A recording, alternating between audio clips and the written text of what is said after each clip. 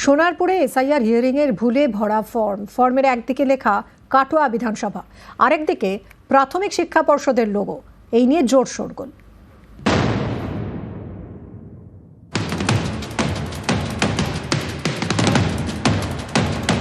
এটা সোনারপুরে বিলি হওয়া এসআইআর হিয়ারিং ফর্ম। এই ফর্মের বাঁদিকে ওপরের অংশে লেখা কাটোয়া বিধানসভা, আর ফর্মের ডান দিকে প্রাথমিক শিক্ষা পর্ষদের লোগো। ফর্মের যেখানে কাটোয়া বিধানসভা লেখা, সেই অংশটি পেন দিয়ে কেটে লেখা হয়েছে সোনারপুর উত্তর বিধানসভা।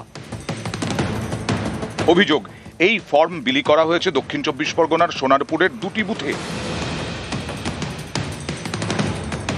একটা ফর্ম দেওয়া হয়েছে, এটা বংশধরের বিবরণ চাইছে। এখানে যে ফর্মটা দেওয়া হয়েছে, এখানে হচ্ছে কাটোয়া বিধানসভা আছে এবং শিক্ষা পর্ষদের লোগো আছে। সেই কারণে আমার একটু সন্দেহজনক মনে হয়। দক্ষিণ 24 পরগনার সোনারপুরে রাজপুর সোনারপুর পুরসভা।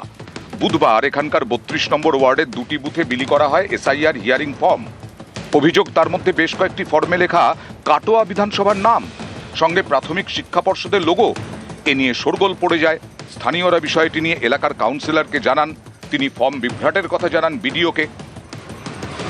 এদেরকে বলা হয়েছে, এরা বললো কাটোয়া বিধানসভা কেটে আমরা রাজপুর সোনারপুর করে আমরা স্টাম্প মেরে দিই। এরা নির্বাচন কমিশন থেকে দেওয়া নয়, এটা এরা এখানে এই গন্ডগোলটা করছে। এটা পুরোপুরি একটা স্ক্যাম। এটা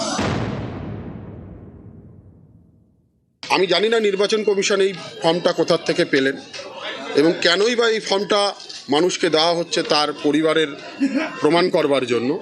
এখানে যারা আছেন দায়িত্বে, বিএলও থেকে শুরু করে ইআরও থেকে শুরু করে, তারা প্রত্যেকেই তো প্রথমে অস্বীকার করলেন, পরে বললেন যে হ্যাঁ আমরা এটা দিয়েছি, যার মনে হয় জমা দেবে, যার মনে হয় জমা দেবে না। নির্বাচন কমিশন আদৌ এই ফর্ম দিয়েছে কিনা তা আমাদের সন্দেহ আছে। আমরা অবিলম্বে নির্বাচন কমিশনের কাছে দাবি রাখছি, যে ফর্মটা সোনারপুর বিডিওর মাধ্যম দিয়ে ডিস্ট্রিবিউট হচ্ছে সেটা তদন্ত করা হোক এবং এই বিডিও এআরও যারা আছে তাদের সবাইকে তলব করা হোক, কারণ আমাদের দৃঢ় বিশ্বাস এটার পেছনে চক্রান্ত রয়েছে তৃণমূল কংগ্রেস।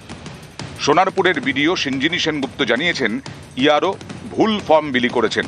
ফর্মগুলি বাতিল করা হয়েছে, নতুন ফর্ম বিলি করা হয়েছে। সোনারপুর থেকে অর্পণ মণ্ডল, নিউজ 18 বাংলা।